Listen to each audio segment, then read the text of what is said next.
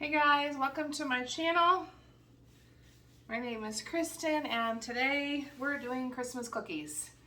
Let's just get into this. I always do a double batch of this. This is 13 cups of flour that I already pre-measured. So this right here is my grandmother's recipe. I have it with me, so it's easy to follow. To our dry ingredients, we're gonna double this. So we want 2 teaspoons of salt. And we're going to do 4 teaspoons of baking soda. We're just going to whisk this together. Alex is here with me. He doesn't want to be on camera today, and that's okay. I respect that. Not everybody likes to be on YouTube. So we just want to whisk together really good our flour, salt, and soda. And then we're just going to set it aside. On to the wet ingredients. Alright, so we want to cream together our butter and our sugar. So we're going to open up our butter and sugar, or open up our butter. Cups of butter, and we want 4 cups of sugar. Alright, so we're going to cream together our butter, our sugar, 4 cups of sugar,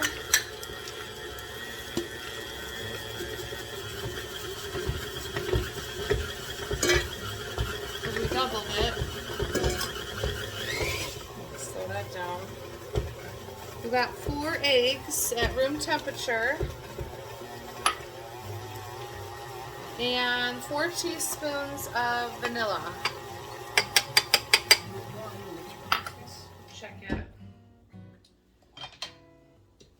And then after we get all this cream together, we're going to add our secret ingredient, which is sour cream. These make the cookies really soft and fluffy.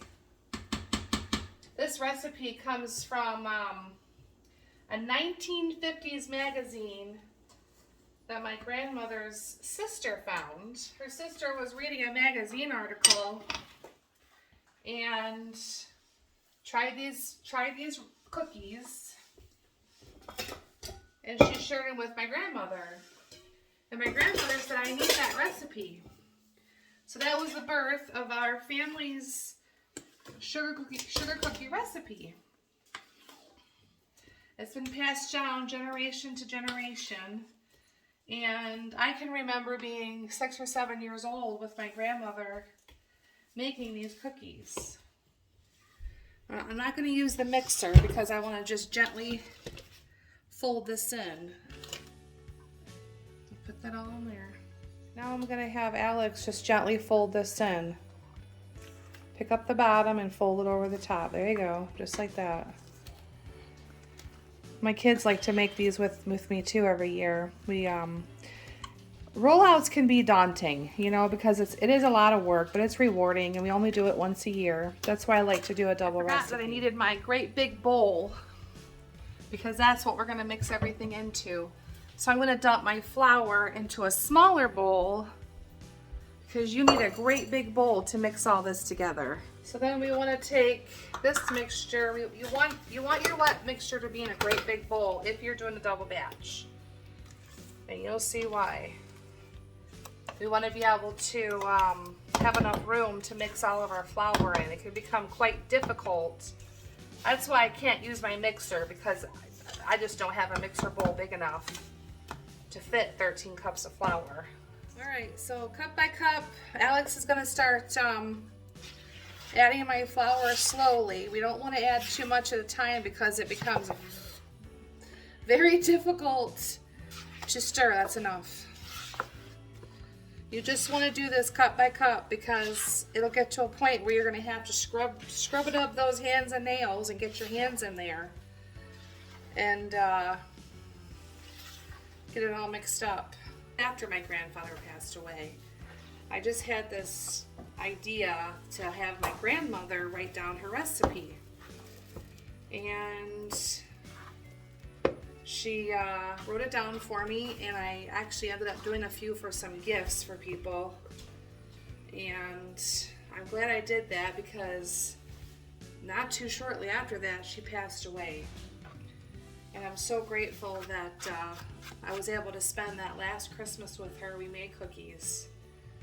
And that was so special to me, and I have that memory.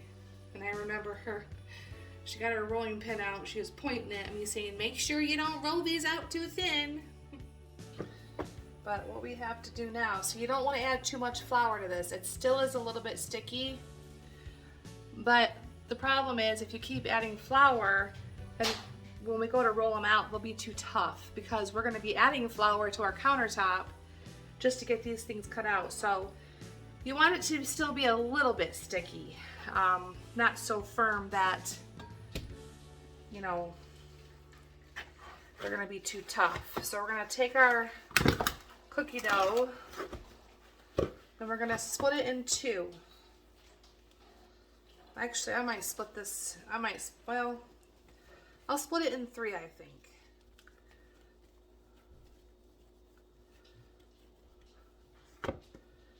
All right, we're gonna get some plastic wrap on this. Just cover it up while it's in the fridge. This is a big bowl. And we wanna chill this for at least 30 minutes. So it firms it up so it makes it a little easier to roll it out.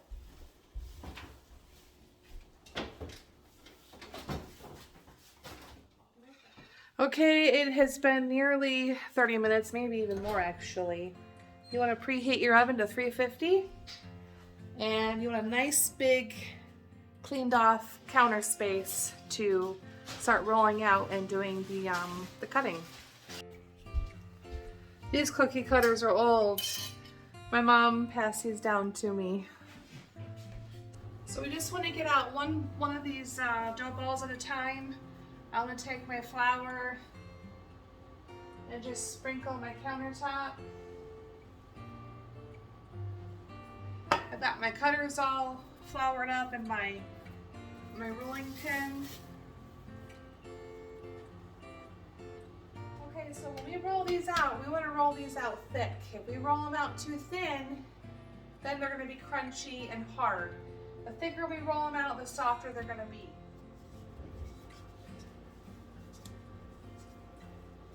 This probably could have chilled a little longer.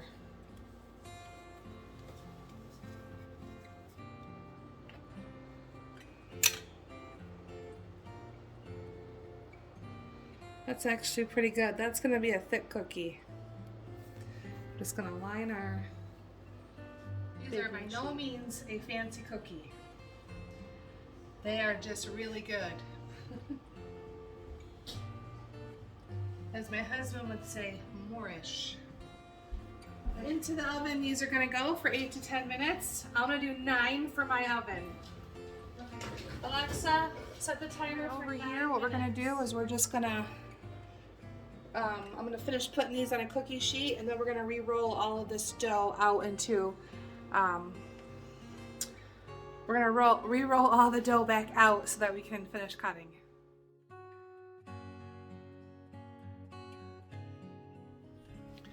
Okay, we need to get some parchment paper out. We're going to put some parchment paper on the counter so that our cookies can cool.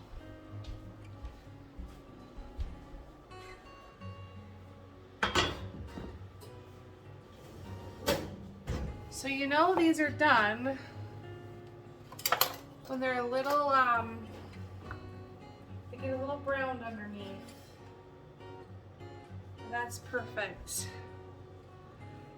Show you, see that? It's a little browned underneath. Ah, those are done.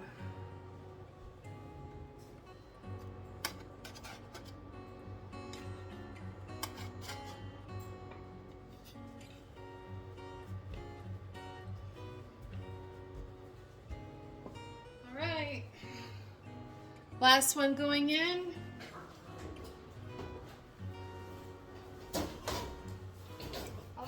Cookies are done. Yay! Now we're going to do our cream cheese frosting. You can buy it in a tub, but I'm telling you, Making your own is better. Stand mixer, I'm gonna put in 1/2 cup of butter. This is softened, and an 8-ounce brick of cream cheese. And I'm just gonna turn this on to get this combined. I used a grass-fed salted butter. This calls for a unsalted butter. So I'm just not gonna add any salt. I'm gonna add a teaspoon of vanilla.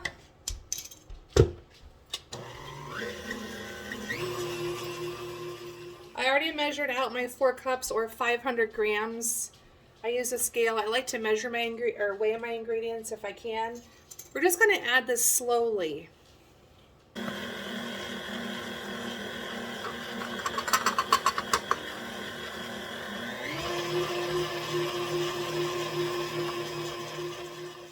There is just nothing like making your own cream cheese frosting.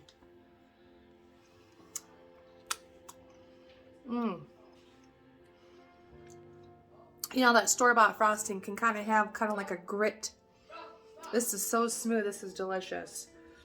We're going to decorate a few. Just counting up our cookies.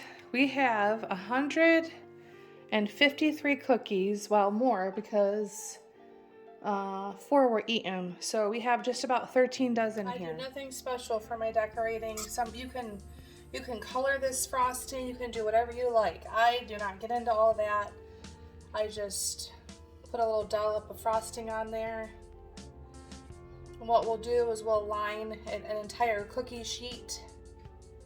When I was a kid, we would go over to my grandmother's house for Christmas, and she would hide a whole like cake container, like a cupcake carrier with these. And all of us kids would sneak in, and she would get the cupcake and she would get the cookies out by the end of the night. And they were almost gone because we ate them all. Oh, it just tastes like grandma's cookies. Another idea that you can do with this, and I know some of our family does this, instead of vanilla extract, they use almond extract. And you can also do that with the frosting. I personally don't like almond extract, but definitely try that too, because that makes a nice cookie as well. Or you could do like almond cookie and then the vanilla for the frosting, for the cream cheese frosting.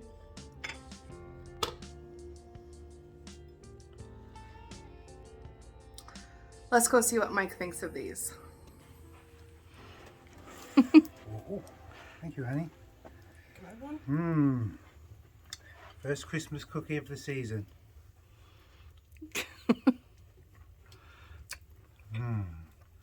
Doesn't that taste like Christmas? Oh, delicious, honey. First of many. Here's our Christmas puppy. Say hello, Ralphie. Hello. Hey guys, thanks so much for hanging out with me. We got our cookies done. I usually like to do these a couple weeks before Christmas. They go great in the freezer. You can pull a couple dozen out at a time, put them in little cookie tins, and make great gifts. I hope you have a blessed week, and I'll see you next time.